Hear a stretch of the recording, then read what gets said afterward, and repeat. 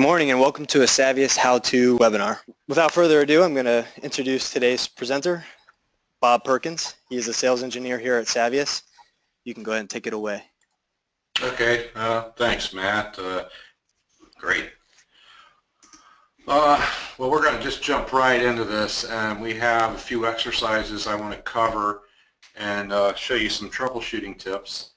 And the first exercise it's just this. It's called Users Report Slow Server. I mean, how many times do you get this report as a network engineer that your network is slow, and therefore you have to prove that it's not the network, that it is indeed an application or something else going on.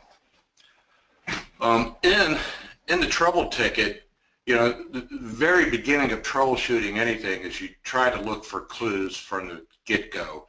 And inside this trouble ticket, I can see that the users connect to, have complained really, and users being plural tells me that this isn't a client problem. This is in fact a server problem. So I'm going to isolate for server 192.168.0.254. I'm going to jump over to my Omnipeek, and typically what you would do is connect to your engine or Omni appliance, which is out in your data center. You do a forensic search looking for this server, and by doing that you click on forensic search, you'd call it something, and you'd put in an IP filter, you know, as in the form of an expression, or if you already have a filter pre-built, you can select from this filter list. Or if you recently used it, you know, you can put it in like this. So you'd enter a filter looking for that particular IP address of the server. And because in 10.1 we have IP packet indexing enabled, it'll make my forensic searches much faster than they were in the past with our 9 and below revision software. So I'd run this forensic search, and I'm just going to close it off and close this capture, and the result would be something like this in Omnipeek. And because I want to show you other tips in Omnipeek during this exercise, the packets here in the workshop trace file were not filtered for the server 192.168.0.254 yet. And we have this overview page or graph here at the top of the screen in Omnipeek, and it's very useful. And in the first session, you may have been shown how to use this graph a little more, but what I want to do is use the bottom part of the screen during all these exercises. So I'm going to get rid of this graph to make my screens bigger at the bottom. So I'll just go up here to View and uncheck Overview, and the graph goes away. And I can bring it back just that easy. So what I'll do here is begin by filtering for the server within Omnipeek. Now remember, I told you we did that in the engine already, but because of this exercise and how we want to approach it, the server has not been filtered yet. Just time of packets. Now, there are many different ways to get to one solution within Omnipeek. You know, I could go to Compass, and if the server is listed in my nodes area, I could simply check on the server, and this is the server by name. If I click it, oops, I didn't click it so good. Let me go back to the top. There it is. I clicked it, and it highlighted everywhere at the top in the graph where the server is located. I could right-click or simply go to the binoculars and say copy those packets. And I want you to note right here, there's 23,000 something packets selected. So I'm going to copy those to a new window. And what I would do is go up here and rename this window like all of, I'll just call it 254 because it's address 192.168.0.254. So I rename this window so I know what it is. Now I have isolated the server that fast. Another way we could have isolated the server is by going down to, say, nodes. Here is a server list. It's listed here at the top. Wait a minute, let's go back to workshop so I can see it a little better. I get 2 nodes. I'd have to sort or find my server, right-click, select related packets again by conversation, source, and destination. There they are, the 23,000 packets. So I could have went this route to get to those same packets. I could have went up here to the top. I already have a filter wrote in here earlier. Let me delete that out. But this bar is called a display filter. I could have went up here, dropped down, chose a recent filter that I used, which is the one I had there. I could insert a filter or build one by hitting IP and entering in 192.168.0.254. And there's my filter. I hit enter, and I'm right to where I was. I have the 23,000 packets. So I just showed you 3 of the common ways to isolate a server or an IP address within Omnipeek. So let's go to that isolation. I want to find some clues. We know that the trouble ticket says it was slow, the server's slow, so I may start in Compass. In Compass, I see a couple peaks here. I don't see any real trouble yet. I could change the top view to latency. Now I'm looking at an application latency in blue color here, and green I'm seeing the network latency. So I do have a spike in application latency out here, and I may want to zoom in on it and tighten up that window. So I'm filtering on time here, looking at the spike in application latency, and I'm noticing that it it has a lot to do with my server, of course. And I'm not finding anything real quick, so I would go maybe to another step within Omnipeek. And in the expert area of Omnipeek, we'll show you here. Some people use expert client servers, others use applications. I like to use flows. I don't know, for some reason, when I started with Savvius and using the tool Omnipeek, I looked at flows all the time, and this was the quickest way for me to solve my problem. Others, like I say, they find safe solution using client servers or applications. But within the flows, and any of these screens at the bottom, you'll see the events reported. So I'm looking at a lot of events in the summary, a lot of TCP repeated connect attempts. So 145, that's kind of unusual. Some refused, 55 refused. I can click on these, it'll highlight every area, every flow that has this event in it.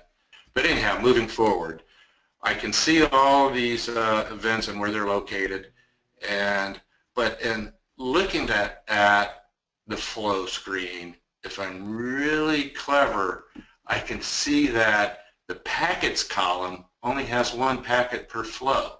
I can catch this pretty easily and go, what's this all about? Because we all know that in any flow, there has to be at least 3 packets. There has to be, in a TCP flow, you have to see send, and act just to get started. So there's 3 packets that you have to see here at least, and I have all these 1 counts. So this is an indicator to me that there is kind of a different problem that I'm looking for.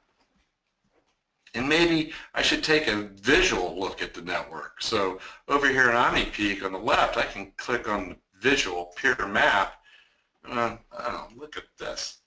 I have my server, which is right here in the center. And this is how I filtered all of 254. And looking at this screen, I can see all these grayed out addresses. There's many grayed out. There's others that, few that are colored. And a grayed out address in Omnipeek means that this node received a packet but never responded. Okay, so the IP address, like for instance, its IP address at the top here, 2222.171, it was a source, I mean a destination in the packet, but never the source. And it's grayed out. And when you look at a peer map within Omnipeek, you'll have some grayed out addresses. You'll have, because people will be out, they'll be on vacation, or they won't have their laptops turned on or something. There'll be a couple of grayed out addresses. But when you see a high number of addresses like this grayed out, this is an indication of an IP scan going on. So the server here, our server 254, is doing an IP scan on our network, causing a denial of service attack. Really, it's slowing the server's reaction time down more than it's slowing my network down, because these are just some small packets out there. But this is the complaint, this is a slow server. Now, we know that by this view right here, the server is doing an IP scan, but we can take this problem a little further.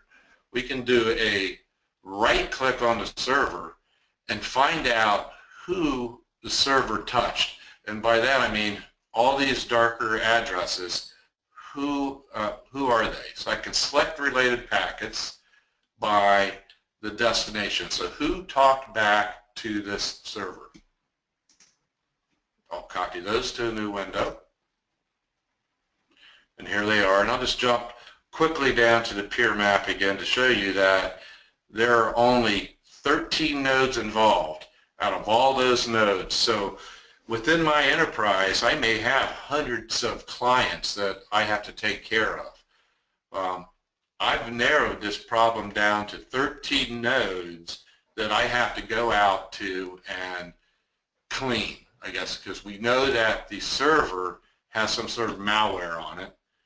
And although it is doing a denial of service on itself, it touched, 12 other nodes here, 13 counting itself, but 12 other nodes, and may have planted this malware on them. So I'll have to go to these nodes and clean them up. Okay? But in looking at examining these nodes, I don't recognize a couple of them. I'm like, who are these guys? So I may go down here and click on Nodes View under Statistics, and I'll do a right click and open up City, which is already open for me. So I'll leave that open. But what I want to do is sort on country. And I see that Republic of Korea, or maybe China here, or some area, Republic of Korea we'll pick, touched this server. Now, why would Korea be having a conversation with my server is the question.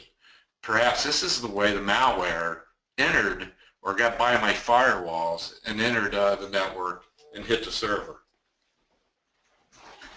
Okay, so what I would do from this point forward, I would record these IP addresses, and if I want to get to this address, I could go up to, say, View here, Display Format, and click off Show Addresses so I can see all the addresses. And I would record these. I would go back to my engine, go further back in time and build a filter looking for this, .90 talking to my server, or .201 talking to my server, and bring the packets forward. And this way I can research this problem even deeper and see perhaps how the malware entered my network. So exercise number 2 is really based on the same problem, same type of trouble ticket, slow server. It's like a repeated thing. It's always the network and not the application. So let's dig into this problem and find out how we can prove that's not our network and help the application guys fix this problem. So we read it, and there's a report, trouble ticket. It's taken 1 minute over, to connect to server 168. So we have an address here of the server, but the ticket does not contain any client information. So, The only clue we have in this trouble ticket is the address of the server. And as network engineers that we are, we can recall that this .3 address is an SQL server. Okay, so, and that's the title of this exercise.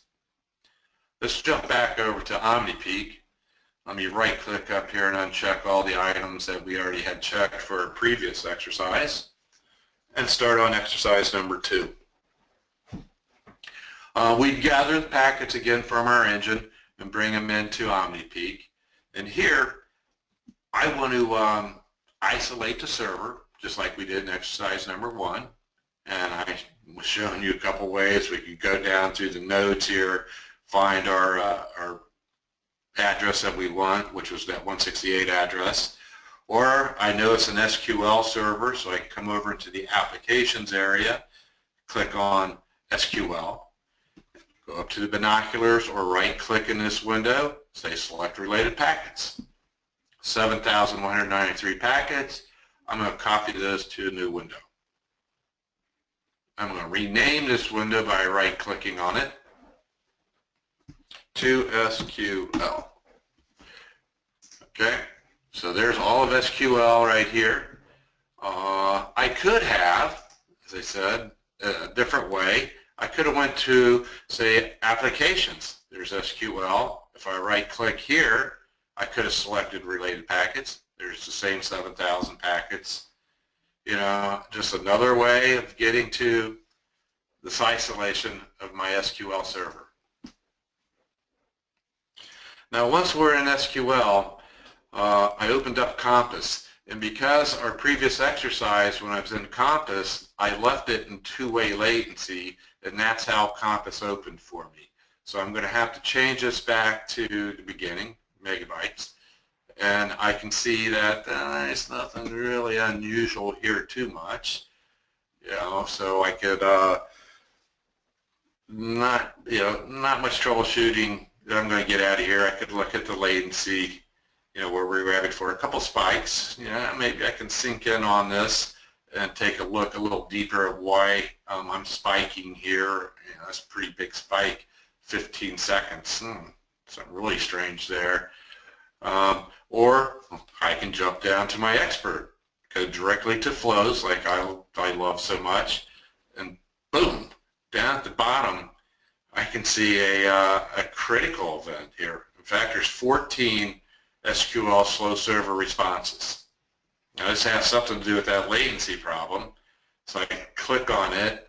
It highlights, as I said before, all the flows above that the slow server response event is in.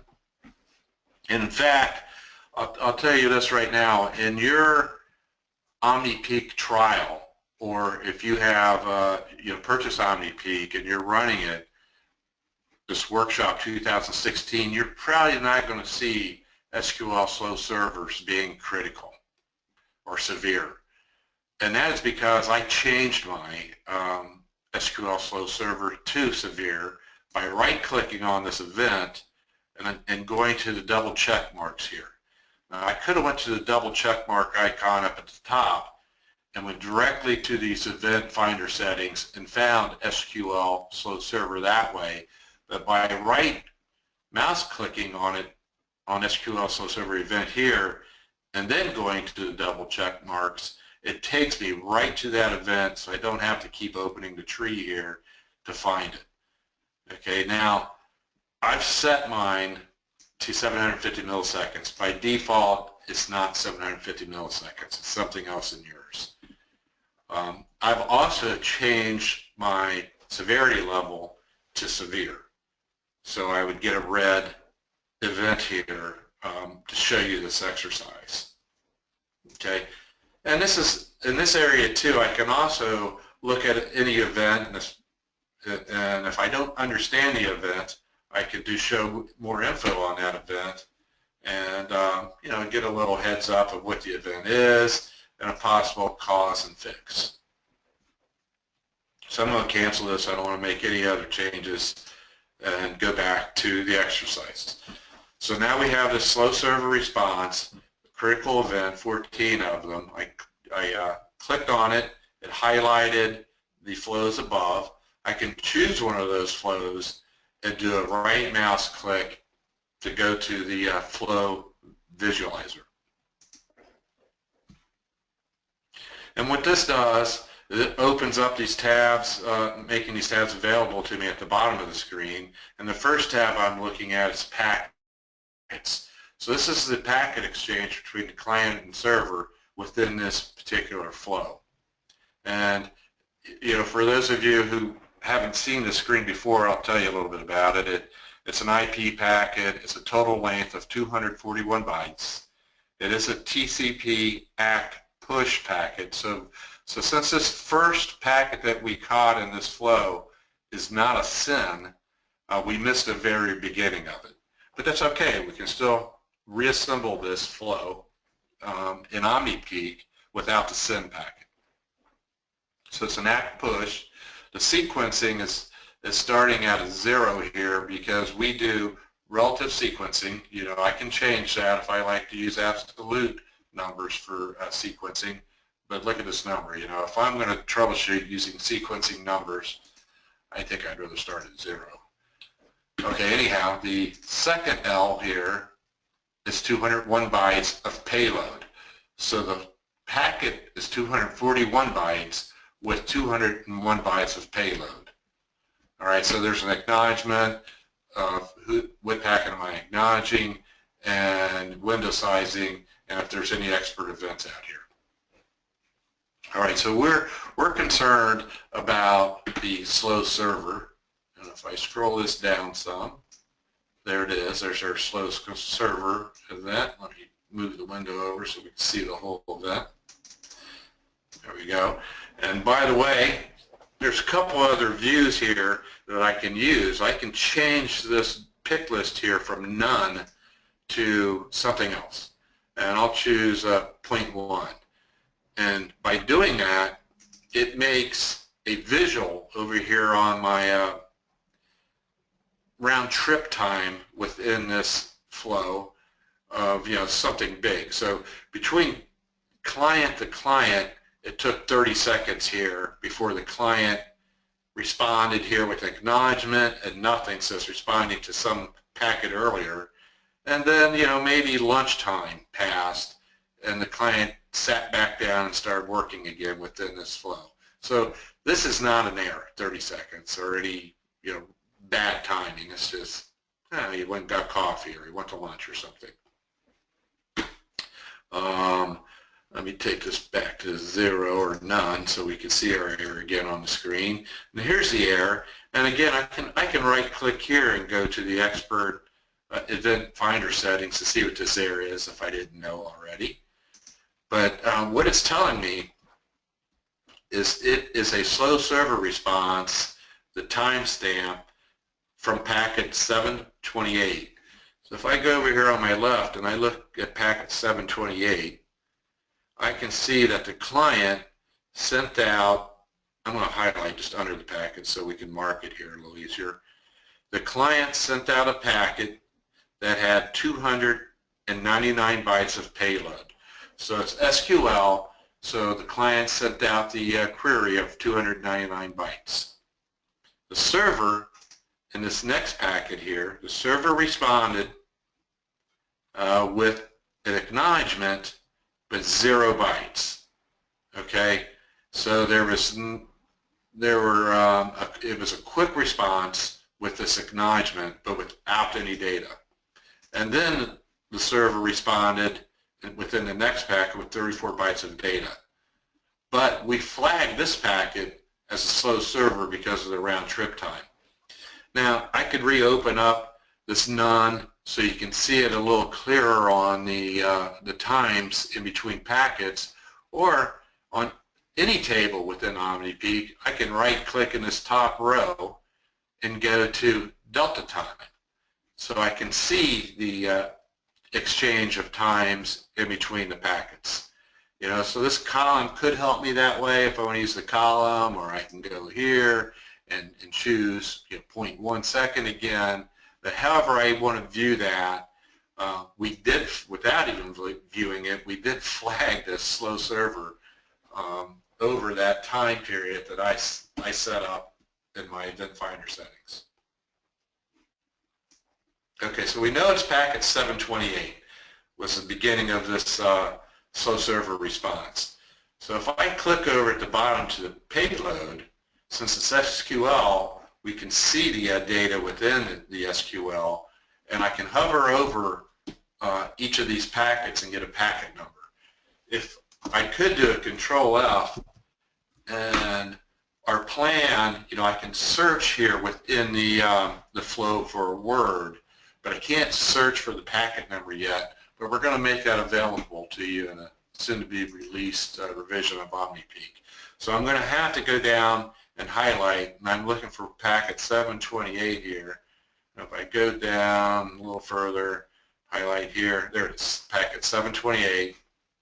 So I know right now, I know this is the SQL query that went out, and I can take this information now to the SQL server team and say this is what took so long for to be looked up, and we flagged this for a slow server. So it's helping the SQL team see the problem. It goes back to the beginning where of this problem where is it the network or is it the application? And everybody's pointing their finger at the network. It's got to be the network, got to be the network. Well, here in packets, we found that it's not the network.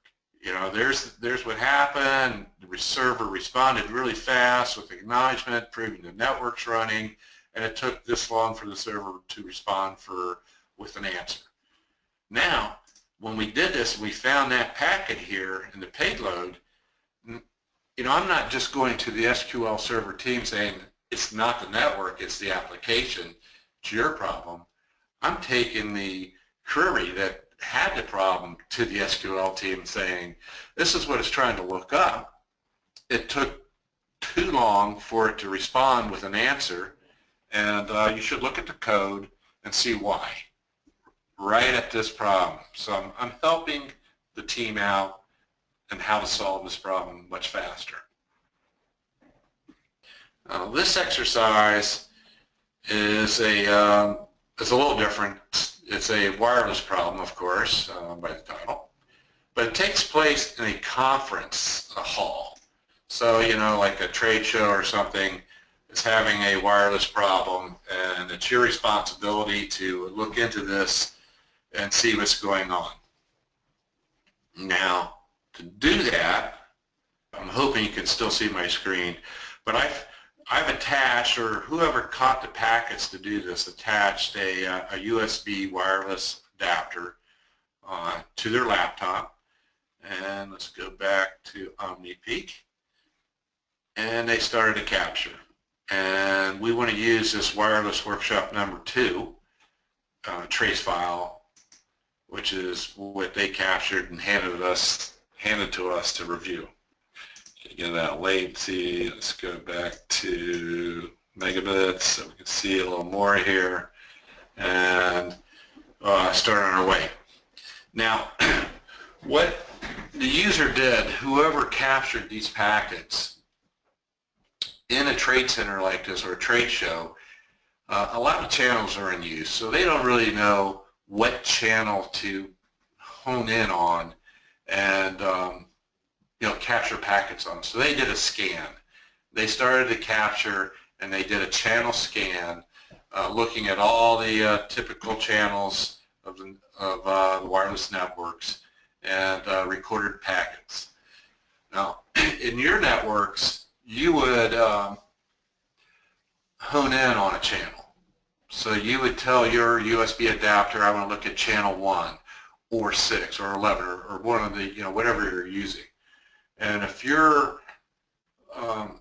place of work, wherever you have to troubleshoot wireless, if it uses more than one channel, well, you can plug multiple USB adapters into your laptop and assign a channel to each one of those USB adapters and create a capture that aggregates those channels together, and you can see, all this information in one capture. Now, In this particular exercise, wireless workshop number 2, they didn't have to go that far. They started scanning channels, looking for the particular channel that had the problem in it, and in doing that, they noticed something. Let's take a look at that. They noticed that in the nodes area here, if you slide over that, let me see, where is it? Top nodes. Okay, so in the nodes area, this top node looks a little suspicious in the number of packets that it's sending out in bytes compared to other nodes. There's top node and the second node. So let's isolate these guys, and by clicking on them and going up to our binoculars, select related packets, copy to a new window. We should go up here and rename this window like we have been. So I'm not going to do that, but we should rename it to something to make it familiar to us. I could jump back into Compass, always a good place to start to look at things, and start realizing, well, look at all these channels still involved in this, isolation of 2 clients or 2 MAC addresses, really. If I slide this over, I can see that there's some, the number of packets.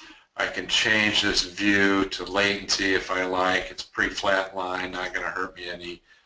Signal strength, so we get some additional views up here at the top graph within a wireless capture that I could use. But I want to go down to maybe like peer maps here. Now my peer map visual is seeing an IP view. Since this is wireless and most everything is encrypted, I'm not going to see up into that layer 3. So let's change this to a physical view. Oh wow, look at this. Now all these nodes are, it's encrypted, so we only see layer 2. Let me pull this over. But what I notice most is this node, we'll call it EAC2, has a lot of communication going on with a lot of nodes. So let's isolate this guy out from here. If I right-click on that node and select related packets by source or destination, I can copy those to a new window. See, so I'm using a technique just to keep filtering down, using graphics to go down to an isolated view of what I want to see. Change this to physical. Now I'm seeing just this one node and a typical denial of service within my wireless network, hitting all these nodes with nothing. Just bang, bang, bang, bang, bang. And if I go to Compass, I can further see that it used all these channels to do it. So how does one node go through so many channels and send out so many packets? It's just an obvious view of a denial of service slowing the network down, the wireless network down. Now how do I isolate? How do I find this node? And the hope here is, there's 2 ways. Let me go back to my peer map. Now I could take this address and send it to my my team that could look up the MAC and see if they can find the IP, so they can search out the IP to see who it is. Yeah, one way. Or I can take a shot. I can go down to nodes here, and if I change my nodes view, if I change it to physical, we see all those addresses. If I sort here on bytes, here's the EAC2 who's using up all the bandwidth. But if I change this view again to hierarchy, I can see, oh, here it is, EAC2, and there's an IP address associated to it here. So I know the IP address is 172.16.01 is the guy who's doing some sort of scanning across my channels in the showroom floor here, and I can locate this guy now and put a stop to it.